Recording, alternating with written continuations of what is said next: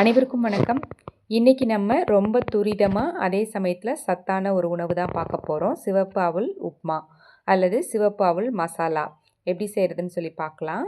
இது ரொம்ப சீக்கிரமாக நீங்கள் ஒரு அரை மணி நேரத்தில் செஞ்சிடலாம். காலை நேரத்தில் பரபரப்பாக எல்லோரும் சமைச்சிட்ருப்போம். வேலைக்கு கிளம்புற பெண்மணிகள் இருப்பீங்க, வீட்டில் இருக்கவங்க இருப்பீங்க, குழந்தைங்கள ஸ்கூலுக்கு கிளப்பணும், கணவருக்கு சமைச்சு கொடுக்கணுன்னு இருப்பீங்க. அந்த மாதிரி ஒரு பரபரப்பாக சமைக்கக்கூடிய சூழ்நிலையில் கூட நம்ம ஒரு ஆரோக்கியமான உணவை எப்படி சமைக்கிறதுன்னு சொல்லி பார்க்கலாம். அதுக்கு நான் இப்போது 200 மில்லி டம்ளரில் 2 டம்ளர் 2 கப் அளவு அவல் எடுத்துருக்கிறேன். அதை ஒரு தடவை நல்லா கழுவிடுங்க. அதில் இருக்க தூசிலாம் போயிடுற அளவுக்கு கழுவிட்டு தண்ணியை சுத்தமாக வடிச்சிருங்க. இப்போ தண்ணி வடித்ததுக்கப்புறமா நம்ம இந்த 2 கிளாஸுக்கு 2 கிளாஸ் தண்ணி மொத்தமாக சேர்க்க போகிறோம். அதில் 1 கிளாஸை இப்போ கொதிக்க வச்சு சேர்த்துக்கலாம். கழுவி எடுத்துகிட்டு வந்த அவலில் 1 கிளாஸ் தண்ணி கொதிக்க வச்சு சேர்த்துட்டு மூடி வச்சுருங்க.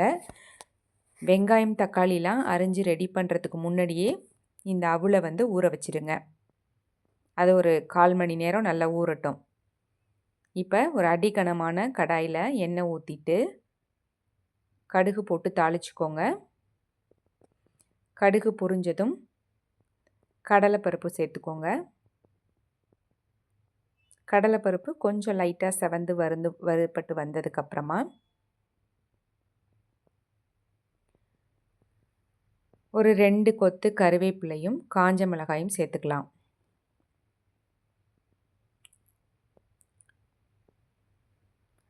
நீங்கள் உப்புமா செய்கிற மாதிரி தான் கூடுதலாக நம்ம தக்காளி சேர்த்துருக்குறோம். அதே சமயத்தில் மசாலா சேர்த்துருக்குறோம், அவ்வளோதான். நீங்கள் சின்ன வெங்காயம் பெரிய வெங்காயம் எது வேணால் சேர்த்துக்கலாம். நான் ஒரு 200 சின்ன வெங்காயத்தை பொடியாக நறுக்கி சேர்த்துருக்கிறேன். வெங்காயம் கண்ணாடி பதம் வதங்கணும். இப்போ இந்த வெங்காயம் கண்ணாடி பதத்துக்கு வதங்கிருச்சு. அது கூடவே நம்ம ஒரு 3லேருந்து 4 பழுத்த தக்காளி கட் பண்ணி சேர்த்துக்கலாம். இந்த தக்காளியும் நல்லா குழஞ்சி வதங்கி வரணும். அதுக்கு கொஞ்சமாக மஞ்சள் பொடி சேர்த்து வதக்கிக்கோங்க.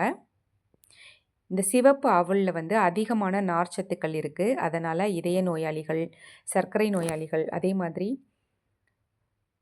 மலச்சிக்கல் இருக்கிறவங்களுக்கும் இந்த நார்ச்சத்து ரொம்பவே நல்லது. உடல் எடையை குறைக்கணும்னு நினைக்கிறவங்களுக்கு இது ரொம்ப ரொம்ப நல்லது. இப்போ தக்காளி நல்லா குழஞ்சி வதங்கி வந்ததுக்கப்புறமா உங்ககிட்ட தனி மிளகாய் தூள் இருந்துச்சுன்னா அதில் ஒரு 1½ ஸ்பூன் உங்கள் காரத்திற்கு ஏற்ப சேர்த்துக்கோங்க. நான் இன்றைக்கி குழம்பு மிளகாய் தூள் தான் சேர்த்துருக்கிறேன். 1½ ஸ்பூன் சேர்த்துருக்கிறேன். அது கூடவே மட்டன் மசாலா, சிக்கன் மசாலா, கரம் மசாலா உங்கள்கிட்ட எது இருந்தாலும் ஒரு 1/2 ஸ்பூன் சேர்த்துக்கோங்க. நான் இன்றைக்கி மட்டன் மசாலா தான் சேர்த்துருக்கிறேன்.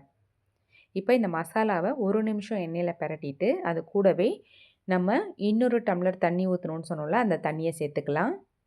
இப்போ தண்ணி சேர்த்து ஒரு கொதி வந்ததுக்கு அப்புறமா உப்பு செக் பண்ணிவிட்டு நம்ம ஊற வச்சுருக்கிற அவலை கொட்டி மசாலா எல்லா பக்கமும் படுற அளவுக்கு நல்லா கிளறிக்கோங்க.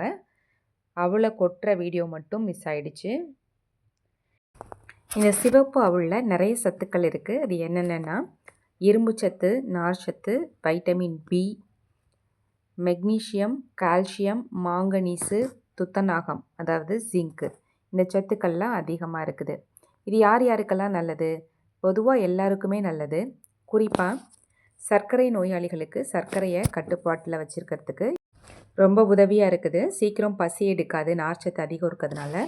அதே சமயத்தில் கெட்ட கொழுப்பை குறைக்கக்கூடியது, இரத்த ஓட்டத்தை சீராக்கக்கூடியது. இதய நோயாளிகளுக்கு ரொம்பவே நல்லது. உடல் எடையை குறைக்கணும்னு நினைக்கிறவங்க இது மாதிரி உணவு சாப்பிட்றது ரொம்ப ரொம்ப நல்லது. அதுக்கப்புறம் பார்த்திங்கன்னா மலச்சிக்கல் இருக்கவங்களுக்கு இந்த மாதிரி நார்ச்சத்து உணவு ரொம்பவே பயனுள்ளதாக இருக்குது. நம்ம மூளையையும் நரம்பு மண்டலத்தையும் சுறுசுறுப்பாக வச்சுருக்கிறதுக்கு தேவையான வைட்டமின் பி இந்த சிவப்பு அவலில் அதிகமாக இருக்கிறதுனால குழந்தைங்களுக்கும் வயதானவர்களுக்கும் இது ரொம்பவே நல்லது. நம்ம இதயத்தை பாதுகாக்க, குடலை பாதுகாக்க, சர்க்கரை அளவை கட்டுப்பாட்டில் வச்சுருக்கிறதுக்கு, கெட்ட கொழுப்பை குறைக்கிறதுக்கு, உடல் எடையை குறைக்கிறதுக்கு, இந்த மாதிரி பல்வேறு பயன்கள் இந்த சிவப்பு அவலில் இருக்குது. ரொம்ப ரொம்ப முக்கியமாக இது ரொம்ப சீக்கிரம் செஞ்சிடலாம், ரொம்ப சிம்பிளாகவும் செஞ்சிடலாம். இந்த காணொளி உங்கள் எல்லோருக்கும் பயனுள்ளதாக இருக்கும்னு நம்புகிறேன். இது போன்ற காணொளிகளை தொடர்ந்து பார்க்குறதுக்கு சுவையும் நலமும் அறிவோம் சேனலை மறக்காமல் சப்ஸ்கிரைப் பண்ணி உங்களுடைய பேராதரவை கொடுங்க. நீங்களும் ஒரு முறை இந்த சிவப்பு அவுள் உப்புமா செஞ்சு பார்த்துட்டு எப்படி இருந்துச்சுன்னு சொல்லி மறக்காமல் கமெண்ட்டில் சொல்லுங்கள். சிவப்பு அவலில் லேசான ஒரு வாசம் இருக்கும். அது போகிறதுக்காக தான் நம்ம மசாலா சேர்த்துருக்கோம். நன்றி, வணக்கம்.